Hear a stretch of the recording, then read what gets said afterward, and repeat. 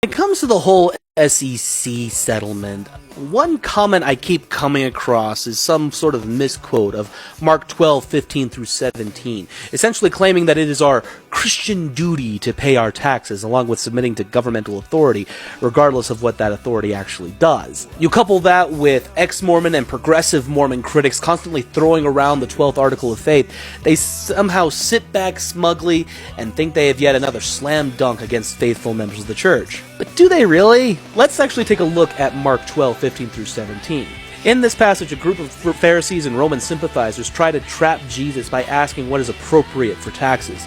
Jesus then says, "Render unto Caesar that which is Caesar's." So this actually begs the question, what actually is Caesar's? I mean, seriously, what can the government legitimately claim belongs to it? The short answer is nothing. So how does any government entity claim what it wants? By threat of deadly force.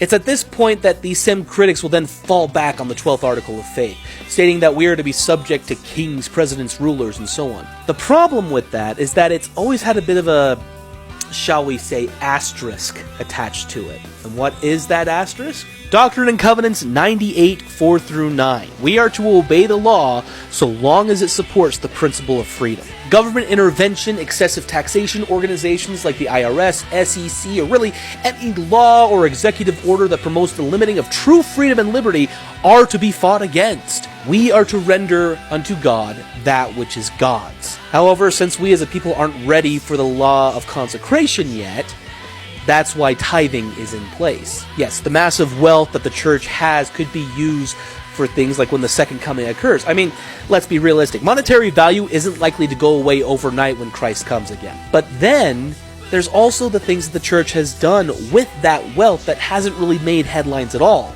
Assistance with natural disaster relief, global pandemic responses, millions of people worldwide helped each year with food, housing, and utility costs, and so much more. That's just scratching the surface. The law of the harvest is real, and the church's largesse is really no different than Joseph in Egypt storing away grain for the impending famine. And based on how world events have been happening in the last few years alone, there's going to be a famine coming. We need to be prepared. Be good.